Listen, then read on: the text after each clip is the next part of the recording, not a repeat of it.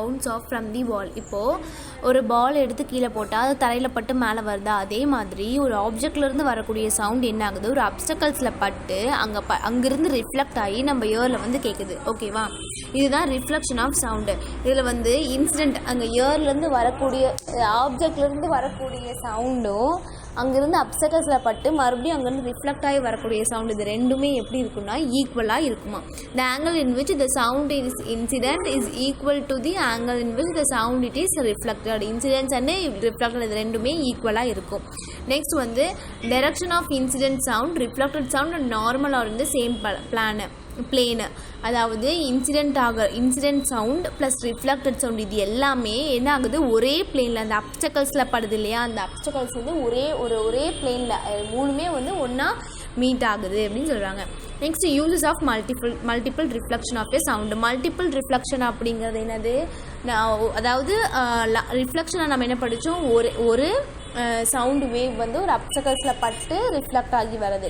இதில் வந்து நிறைய சவுண்ட் வேவ்ஸ் வந்து பட்டு ரிஃப்ளெக்ட் ஆகி வந்துச்சுன்னா மல்டிப்புளாக நிறையா ரிஃப்ளெக்ஷன் நடக்குது இல்லையா, அதுதான் மல்டிபிள் ரிஃப்ளெக்ஷன். இது வந்து எக்ஸாம்பிள் என்ன கொடுத்துருக்காங்க, musical instruments megaphone, loud speakers, horn, musical instruments such as nadaswaram, shehnai and trumpet and all are design to send sound in the particular direction. அதாவது இதிலலாம் நம்ம வந்து இப்போது மெகாஃபோன், லவுட் ஸ்பீக்கர்ல எல்லாமே நமக்கு ஒரு வழியில் தான் சவுண்ட் வருது, நிறைய வழியில் சவுண்டு வரலை, ஒரு வழியில் சவுண்டு வருது. உள்ளேயே வந்து பட்டு மல்டிபிள் நிறைய டைம் ரிஃப்ளெக்ட் ஆகி நமக்கு வந்து லாஸ்ட்டாக ஒரே ஒரு டியூப்பில் நமக்கு வந்து அந்த சவுண்ட் வந்து வருது. அதுதான் வந்து மல்டிபிள் ரிஃப்ளெக்ஷன். இப்போ வந்து ஸ்பீக்கரில் பார்த்தீங்கன்னா ஆடியன்ஸ்க்கு வந்து ஒரு வழியாக வந்து சவுண்டு வருது இல்லையா, அதுதான் example. Next stethoscope is a medical instrument used for listening the sound. நம்மளோட ஹார்ட் பீட், நம்மளோட பாடியிலேருந்து வரக்கூடிய அந்த சவுண்டை மெஷர் பண்ணுறதுக்காக நம்ம ஸ்டெதஸ்கோப் லிசன் பண்ணுறதுக்கு டாக்டர் வந்து லிசன் பண்ணுவாங்க, அதற்கு நம்ம ஸ்டெதஸ்கோப் யூஸ் பண்ணுறோம். In stethoscope these sounds reach doctors ear by multiple reflection. நிறைய டைம் ரிஃப்ளெக்ட் ஆகி அது வந்து டாக்டருடைய இயருக்கு வந்து கேட்குது. ஓகேவா, with help of connecting tubes. அதில் வந்து கனெக்டிங் டியூப்ஸ் வந்து இது பண்ணி வச்சுருப்பாங்க. நெக்ஸ்ட் வந்து எக்கோ அப்படிங்கிறது when we shut or clap near a suitable reflecting surface such a tall building or a mountain we will hear the same sound again. ஒரு டால் பில்டிங்லேயோ ஒரு பெரிய பில்டிங்லேயோ இல்லை ஒரு மவுண்டைன் கிட்ட நின்று நீங்கள் வந்து கத்துனீங்க அப்படின்னா திரும்பவும் உங்களுக்கு அதே சவுண்டு வந்து திரும்ப உங்களுக்கு வந்து ரிஃப்ளெக்ட் ஆகி நமக்கு கேட்கும், அதுதான் வந்து echo. These sound which we hear is called echo. The sensation of sound, அந்த சவுண்டு இப்போ நம்ம பேசின உடனே அந்த சவுண்ட் திரும்பி ரிப்பீட் ஆகி வர்றதுக்கான டைம் எவ்வளோ இருக்குன்னா 0.1 செகண்ட் தான் இருக்குமா. Let us consider the speed of sound to be 340 ms-1 at 25 degrees Celsius. Sound உடைய ஸ்பீட் வந்து 25 டிகிரி செல்சியஸில் 340 மீட்டர் பர் செகண்டாக இருக்குமா. The sound must go to the upcycle and return to the ear to the listener on reflection. நான் first சொன்ன மாதிரியே 0.1 செகண்டில் அது போய் ரிஃப்ளெக்ட் ஆகி திரும்ப நமக்கு வந்து கேட்கும் அந்த echo. The total distance covered by the sound from the point to the generation to the reflecting surface back should be 340 metre per second into 0.1 second is equal to 34 metre. அதாவது இங்கிருந்து அந்த sound வந்து போய் அந்த அந்த ஒரு மவுண்டனோ ஏதோ ஒரு பார்ட்டிக்கல் மேலே பட்டு திரும்பி ரிஃப்ளெக்ட் ஆகி வர்றது வந்து 34 மீட்டர் டிஸ்டன்ஸில் ஆகும் அப்படின்னு சொல்கிறாங்க. அதோட டோட்டல் டிஸ்டன்ஸ் வந்து 34 மீட்டருக்குள்ளே இருந்துச்சுன்னா தான் அதோட சவுண்ட் அந்த எக்கோ வந்து நமக்கு கேட்கும். நம்மளோட டிஸ்டன்ஸும் அந்த மவுண்டைனோ ஒரு டால் பில்டிங்கோ அதோட டிஸ்டன்ஸ் இது ரெண்டுமே 34 மீட்டர் அளவுக்கு மட்டும்தான் இருக்கணும் அப்படின்னு சொல்லியிருக்காங்க. அப்படி இருந்தால் தான் அந்த எக்கோ வந்து நமக்கு ஈஸியாக கேட்கும். Thus for hearing distance echo, the minimum distance of the obstacle source of sound must be half of this time, 17 meter. இப்போது 34 மீட்டர்னு சொல்லியிருக்காங்க. அப்போது 17 இப்போது ஒரு ஆப்ஜெக்ட்லேருந்து சவுண்டு வருது அப்படின்னா அது வந்து 17 மீட்டர். மறுபடியும் அங்கேருந்து பட்டு திரும்பி ரிட்டர்ன் ரிஃப்ளெக்ட் ஆகி வர்றது ஒரு 17 மீட்டர். இது ரெண்டும் சேர்த்துனா 34 meter. The distance will change with the temperature of ஏரோட டெம்பரேச்சரை பொறுத்து அந்த டிஸ்டன்ஸும் சேஞ்ச் ஆகும். எக்கோவும் வந்து மல்டிபிள் ரிஃப்ளெக்ஷனாக தான் நமக்கு கேட்கும். The roaring of thunder is due to the successive reflection of sound from the thunder. இடி அடிக்குது இல்லையா, அதுவும் நிறைய டைம் ரிஃப்ளெக்ட் ஆகி க்ளவுட்ஸு ரொம்ப தூரத்தில் ஹைட்டாக இருக்கிறதுனால க்ளவுட்ஸ்லாம் ரிஃப்ளெக்ட் ஆகி அதுக்கப்புறம் தான் நமக்கு வந்து அந்த சவுண்ட் வந்து இந்த தண்டரோட சவுண்ட் வந்து நமக்கு கேட்குது. நெக்ஸ்ட் வந்து reverberation. A sound created in a big hall will persist by the repeated reflection from the walls until it reduced to wall where it's no longer audible. Reverberation அப்படிங்கிறது வந்து multiple reflection தான். இப்போ வந்து ஒரு big hall, ஒரு big ஹாலில் இருக்கும், ஒரு ஆடிட்டோரியமில் இருக்கும், ஒரு ஃபங்க்ஷன் நடக்குது அப்படின்னா அந்த இடத்துல வந்து அங்கே ஒரு ஆடியன்ஸ்க்காக அங்கே ஒருத்தர் நின்று பேசுவார். அந்த சவுண்டு வந்து எப்படி இருக்கும், பயங்கரம். அந்த சவுண்ட் வந்து நமக்கு வந்து நிறைய டைரக்ஷனில் பவுன்ஸ் ஆகி நிறைய டைரக்ஷனில் போய் அந்த வாலில் பட்டு நமக்கு திருப்பி வருமோ அந்த சவுண்ட் நமக்கு நல்லா கேட்குமா, கேட்காது. It will be flow in multiple direction. அப்படி மல்டிபிள் டைரக்ஷனில் வரும்போது ஒவ்வொரு டைமும் ஒவ்வொரு மாதிரியான சவுண்ட் வரும்போது நமக்கு அது கிளியரன்ஸாக இருக்காது.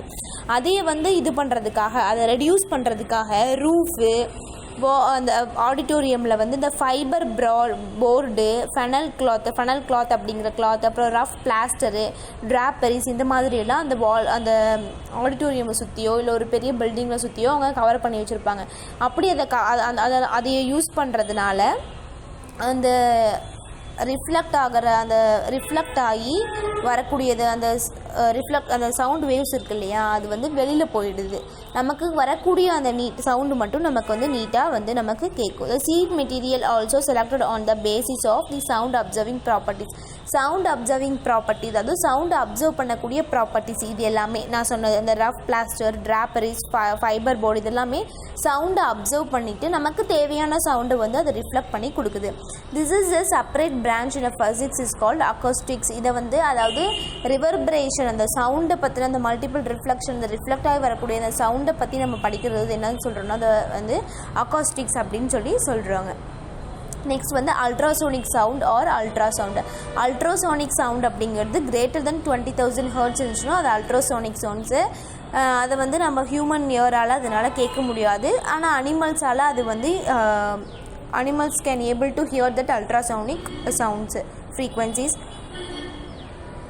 For example, dog can hear the ultrasonic sound. Ultrasonic whistles are used in car அலர்ட்காக காரில் யூஸ் பண்ணக்கூடிய அந்த சவுண்ட்ஸை கேட்டுட்டு இந்த அனிமல்ஸ் எல்லாம் வந்து அலர்ட் ஆகிடுமாம்மா, இந்த வழியில் இந்த மாதிரி வெஹிக்கல்ஸ் போகுது அப்படின்னு சொல்லிட்டு அனிமல்ஸால் வந்து அந்த அல்ட்ராசவுண்டிக் சவுண்டு வேவ்ஸை வந்து ஈஸியாக வந்து அவங்களால புரிஞ்சுக்க முடியுது, கேட்டுக்க முடியுது.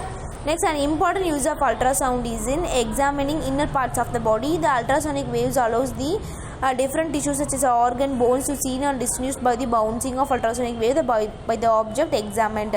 இந்த அல்ட்ராசவுண்ட் வச்சு நம்ம என்ன பண்ணுறோம் அப்படின்னா நம்மளோட இன்னர் பாடிஸில் ஏதாவது ப்ராப்ளம் இருந்தாலும் நம்மளால் அதை வந்து ஈஸியாக அல்ட்ராசவுண்ட் வச்சு நம்ம டயக்னோஸ் பண்ணிக்க முடியுது. நெக்ஸ்ட் வந்து இந்த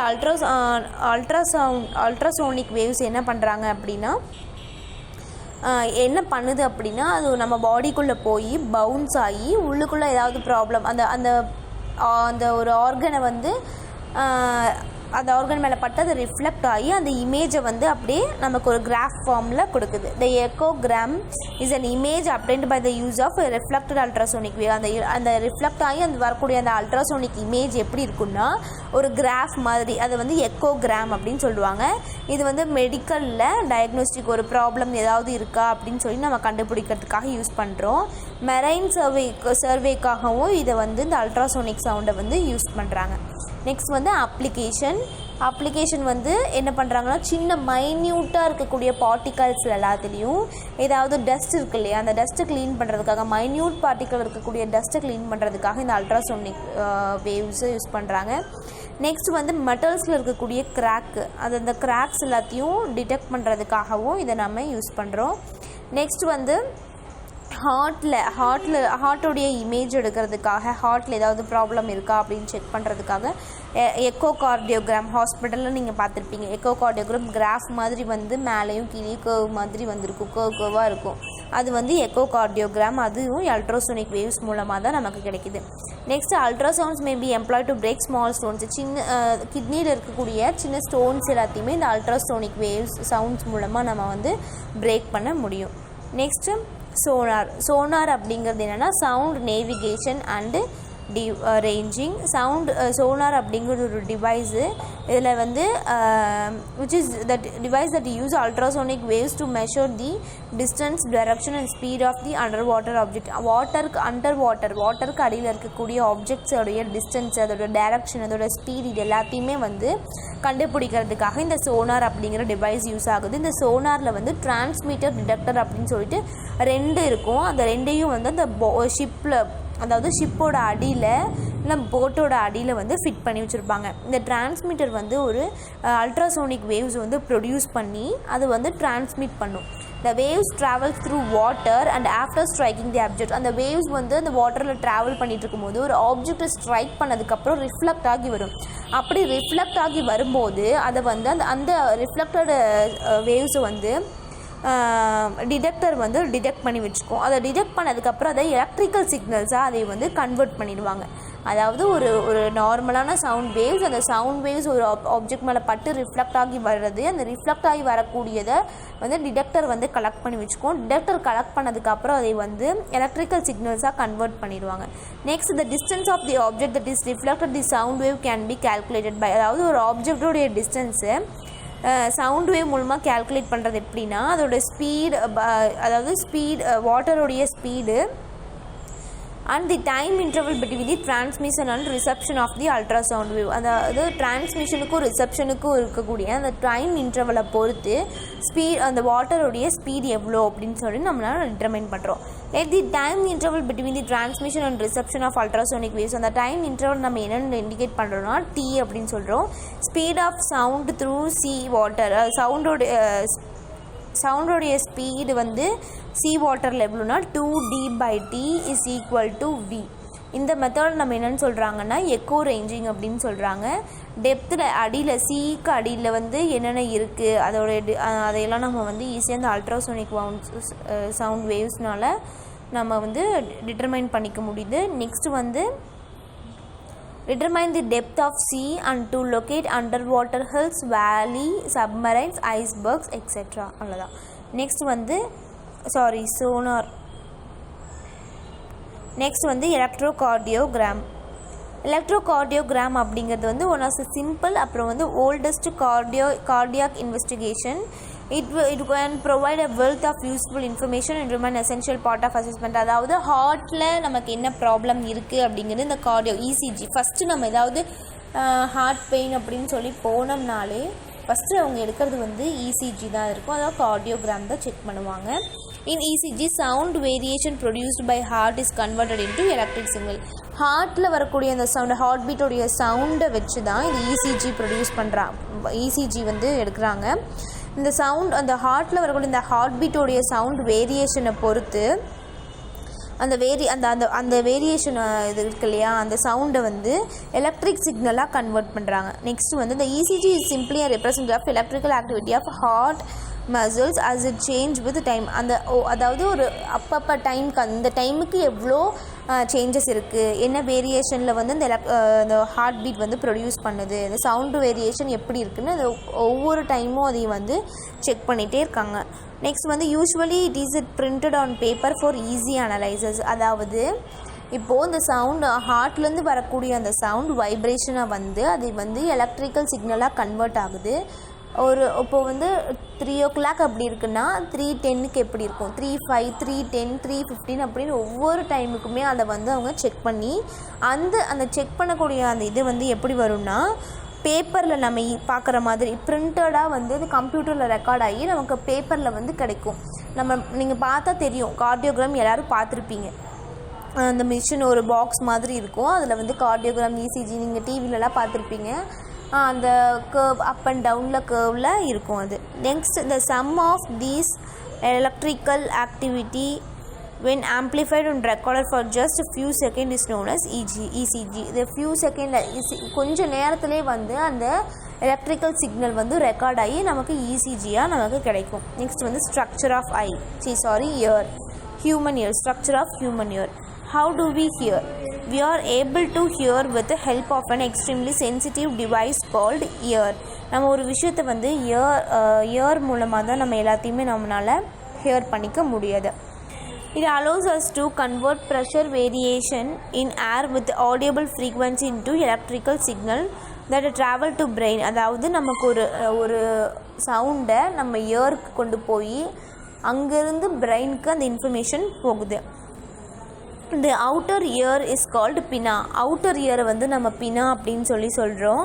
அது என்ன பண்ணுதுன்னா சரௌண்டிங்ஸில் இருக்கக்கூடிய அந்த சவுண்டை எடுத்து நம்மளோட இன்னர் இயருக்கு கொண்டு போகுது. It collects the sound bosses through the auditory canal. Auditory canal மூலமாக அந்த சவுண்ட் வந்து ட்ராவல் ஆகி போகுது. எது வரைக்கும்னா இயர் ட்ரம் வரைக்கும் அது ரீச் ஆகுது. when a compression of medium reaches the eardrum, the pressure on the outside of the membrane increases. அந்த இயர் ட்ரம்மில் போய் கம்ப்ரெஸ் பண்ணும் போது அந்த ப்ரெஷர் அவுட் சைட் மெம்பரில் இருக்கக்கூடிய ப்ரெஷர் வந்து இன்க்ரீஸ் ஆகுது. ஸோ வந்து அந்த இயர் ட்ரம்மோட ஃபோர்ஸ் வந்து என்ன ஆகுதுன்னா இன்வர்டு உள்ளே போயிடுது.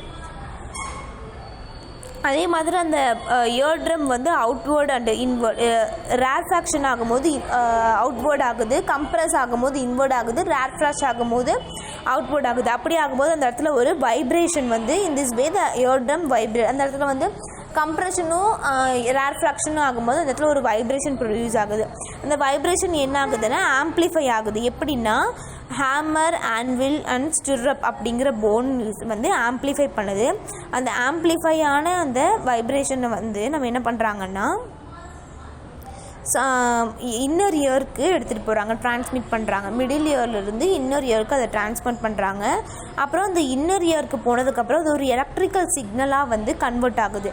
அந்த எலக்ட்ரிக்கல் சிக்னல் என்ன ஆகுது அப்படின்னா பிரெயினுக்கு ஆடிட்டரி நர்வ் மூலமாக பிரெயினுக்கு ரீச் ஆகுது. இதுதான் இயரில் வந்து ஒரு வெளியிலேருந்து சவுண்டை வந்து உள்ளே எடுத்துகிட்டு போகிறாங்க ஆடிட்டரி கேனல் மூலமாக. அப்படி உள்ளே போனதுக்கப்புறமா அங்கே கம்ப்ரெஷன், அதுக்கப்புறம் ரேர்ஃப்ராக்ஷன் நடக்குது. இந்த இயர் ட்ரம்மில் கம்ப்ரெஷன் ஆகும்போது இன்வேர்ட் ஆகுது இயர் ட்ரம், ரேர்ஃப்ராக்ஷன் ஆகும்போது அவுட்வேர்ட் ஆகுது. அப்படி இன்வேர்ட் அவுட்வேர்ட் ஆகும்போது அங்கே ஒரு வைப்ரேஷன் ப்ரொடியூஸ் ஆகுது. அந்த வைப்ரேஷன் என்ன ஆகுதுன்னா அது வந்து ஒரு எலக்ட்ரிக்கல் சிக்னலாக கன்வெர்ட் பண்ணி அந்த எலக்ட்ரிக்கல் சிக்னலாக கன்வெர்ட் பண்ணது வந்து பிரெயினுக்கு வந்து ஆடிட்டரி நர்வ் மூலமாக போய் பிரெயினை ரீச் ஆகும்.